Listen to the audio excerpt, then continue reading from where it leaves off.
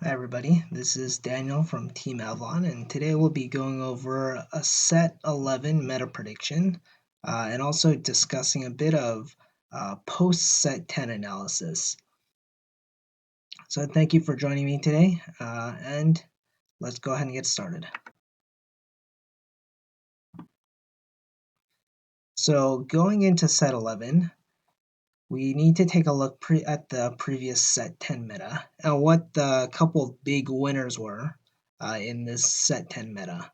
So from taking a look at um, different tournament results, both in the States, Western, and also in the Eastern metagame, we see that these are a couple of the big winners. So we have Gandiva and Wallista, which are arguably the top two decks in set 10. Then we've had some showings for Zorga and Jet as well. So these are what I would say is majority of the big winners, specifically more so in the Western metagame. And recently, there was a set 10 case tournament, which happened at Project CCG, which is pretty big locals here in Southern California. Happened about 2 weeks ago. So this is the results from that recent shop challenge, which is very clearly and definitively like the end of set 10 meta going into set 11. And this was what showed up in the top 8. We had two Alistas, 3 Gandivas, 1 Chronojet, and 2 Zorgas.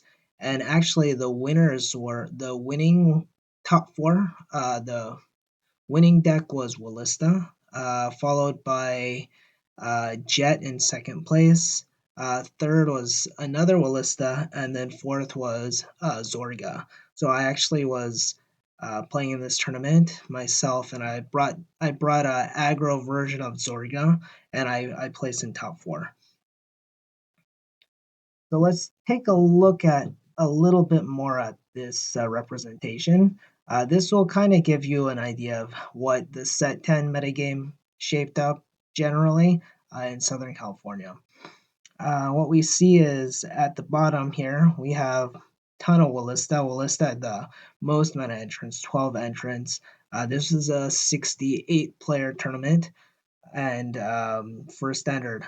So Wallista has the greatest amount. Next is Gandiva, and for some reason, Drajult was really popular here in this specific metagame. Then we have Zorga and Dote, both had 4 entrants each, and then Welstra, Messiah, and Jet, each with 3 entries.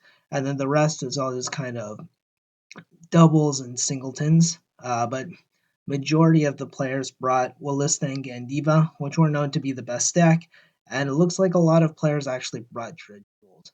But Drajult, as we'll see, did not convert very well. So taking a look specifically at the tournament, we have the top 8 highlighted. So we have Wallista and Gandiva, and then also Zorga and Jet. So on the second column, we have representation, so that tells how many players brought the deck, and then how much we had in top 8, and then the conversion ratio, and then last is the expected conversion. So expected conversion is basically just the percentage of representation. So for example, since Wallista made up 12 slots out of the 68, that made up 19.4%. So we expected them, if everything was just held equal, we would have expected a 19.4% conversion. With Gandiva, there are 9 entrants, making up 14.5% of the pool. Zorga, 4 players, was 6.5% of the pool, and Jet had 3 players. That was 4.8% of the pool. Next, we take a look at the top conversion. So top conversion just means that it calculates how likely you were to top if you played that deck. So for example, the Jet player, there was 1 player that made it in top 8, and there are 3 players that brought it. So if you brought Jet, you had a 33% chance to make it into the top 8 after all the calculations are done. So that's what this top conversion shows. So Jet converted better than its conversion rate by a significant amount, almost 10x. Zorga also converted very well, almost 10x. Gandiva converted better than expected conversion. And interestingly, Wallista converted less than its expected conversion. So 2 out of 12, that was the actual top conversion, and that was less than 19.4%.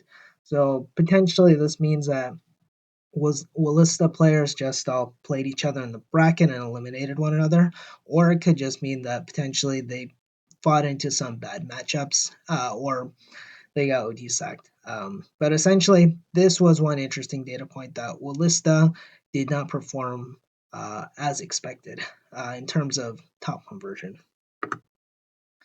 So next, I'll be kind of discussing the set 10 metagame and ranking all the decks onto this chart. So over here we have this chart. On the x-axis we have early game strength. So as you go to the right, on the x-axis you improve the early game. And on the y-axis we have late game. So as you go up, you improve your late game. So the top right corner, that's the ideal deck, which would have a really strong early game and a really strong late game. That star that I have kind of in the middle top, that's where I feel is like a fairly solid sweet spot for a deck to perform well. It has a above average late game, and it also has an above average early game.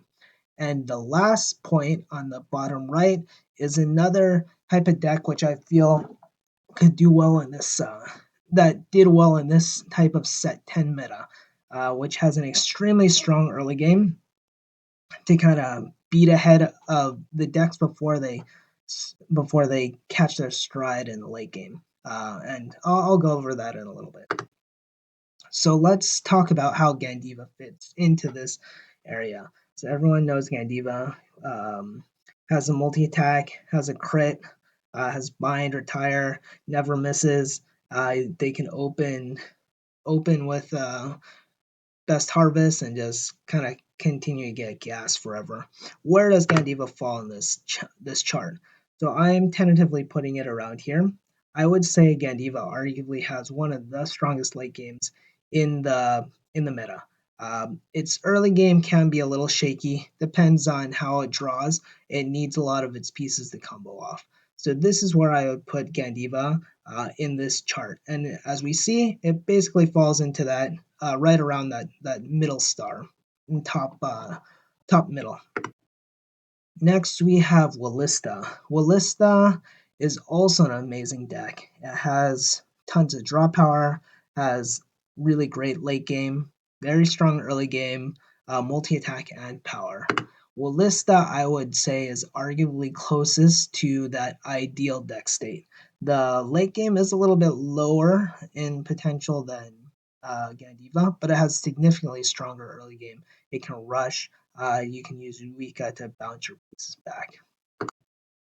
And just a quick plug, if you are a Wallista player, we have a Wallista dice set on sale at AvalonAccessories.com, and we just recently launched a Shadowverse set. So if you're interested, go check them out.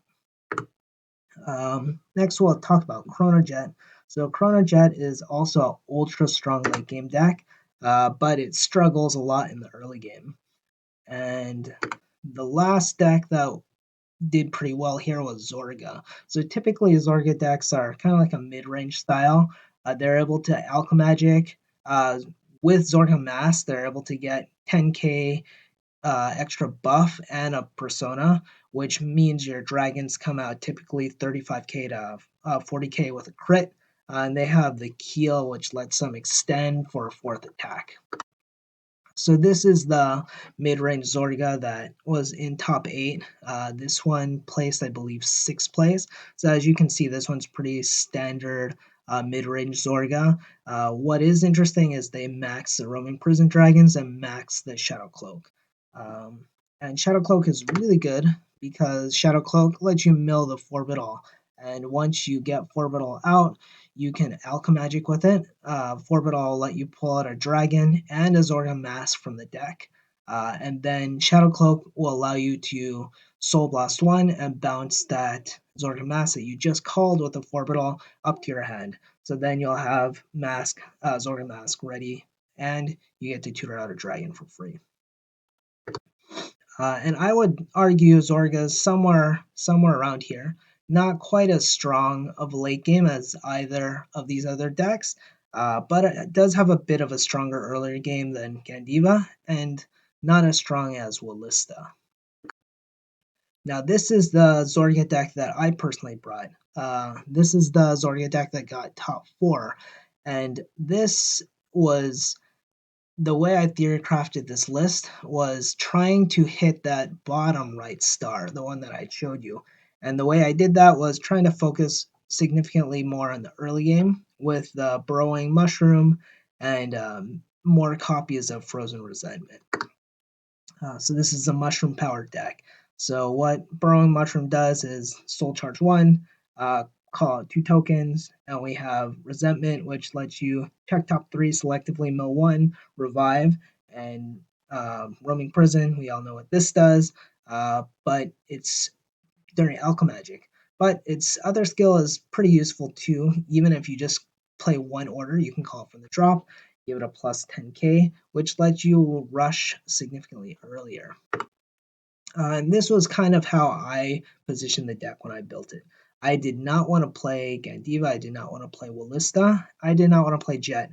I was mostly worried about Gandiva and Wallista, and I wanted to find a way to tackle that matchup by really swinging hard in the early game. And that's kind of why I focused my build of Zorga to be more aggro with the mushrooms. This is kind of just explaining the play for how aggro Zorga can be. They can really utilize that combination of Roaming Prison Dragon, Mushroom, and an Order. So let's say that you start with a Roaming Prison Dragon and a Mushroom in hand. You'll pitch the Roaming Prison Dragon to drop for Ride, call the Mushroom. Mushroom will Soul Charge in, call you out 2 tokens, then you'll play Resentment. Resentment will allow you to bring back your Mushroom, and since the order is activated, Roaming Prison will come from the drop, gets his 10k buff. Now immediately what this means is you start with an 11k column, 8k, and a 20k column, which is great for rushing starting on turn 1. You can do the same thing turn 2 because your Stoichea ride line, the Zorga ride line will return back that order that you just used, so you can do this again. So it lets you get consistent aggro starting on turn 1, 2, and 3. There was actually one game where I ultra high rolled. I had 2 Roaming Prison Dragons, and I was able to resolve both Roaming Prison Dragons and have 3 boosters in the back. So those games are just amazing. But this is just one way that the mushrooms and the Roaming Prison Dragons really help to put Zorga ahead early, and then once you get the opponent to 3 to 4 damage, then when the Roman Prison Dragons come with crit, then they're really in trouble. Those are 40k columns typically, and they don't have a lot of shield at that point if they're taking so much damage or using their shield early to guard early. Another interesting thing about mushrooms, which I really liked, is sometimes opponents will just leave Roaming Prison Dragons up, and you don't have a way to easily get rid of them. So what the mushrooms do is you can use Blue Zorga, Counterblast 1, revive the mushroom, put it in a soul, create 2 tokens, and then call over your Roaming Prison Dragons to put them back into the drop.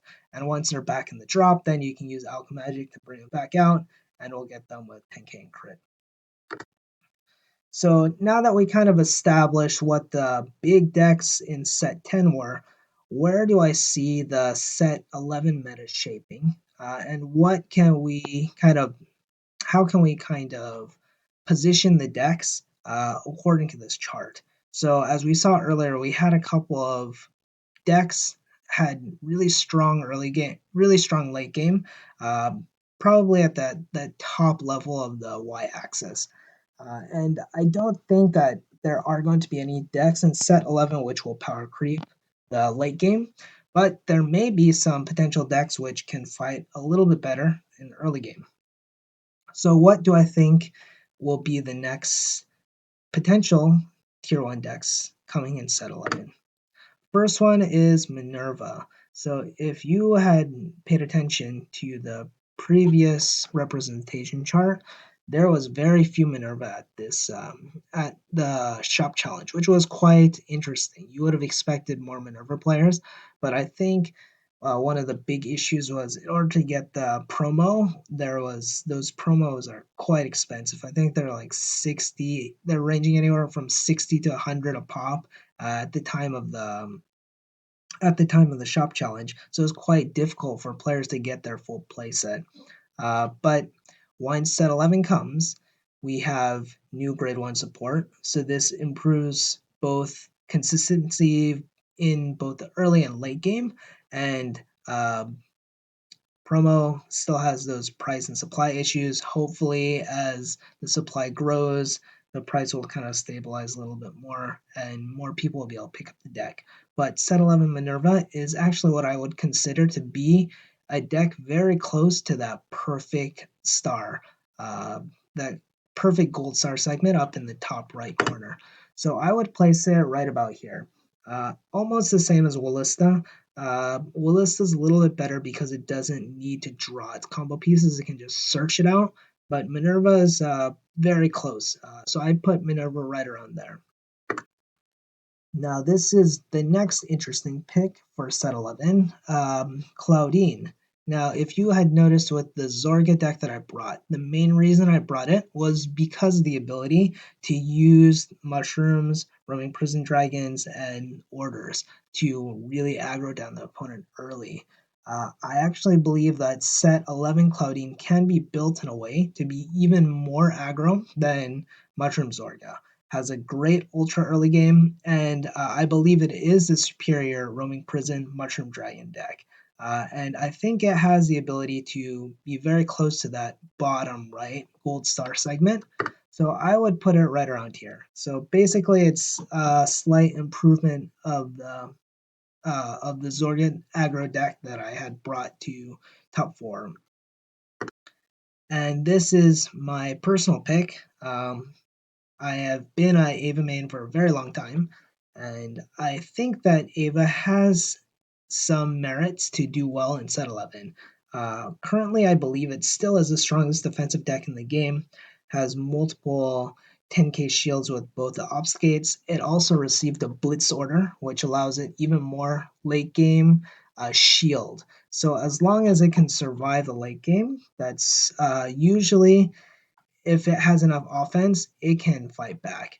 And now, with the release of Poison in Paradise Ava, there's also additional personas. So the deck has enough defensive power to just survive to the late game. And with multiple personas, it should have just enough offensive power to get through.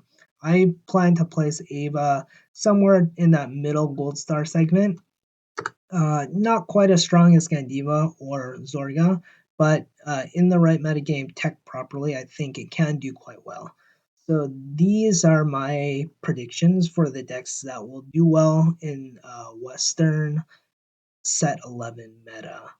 So we still will see Jet doing well. Jet and Gandiva have amazing late game. I think is unmatched. Next, we have Wallista, which is slightly lower power level in terms of the late game, but much better consistency, much stronger early game.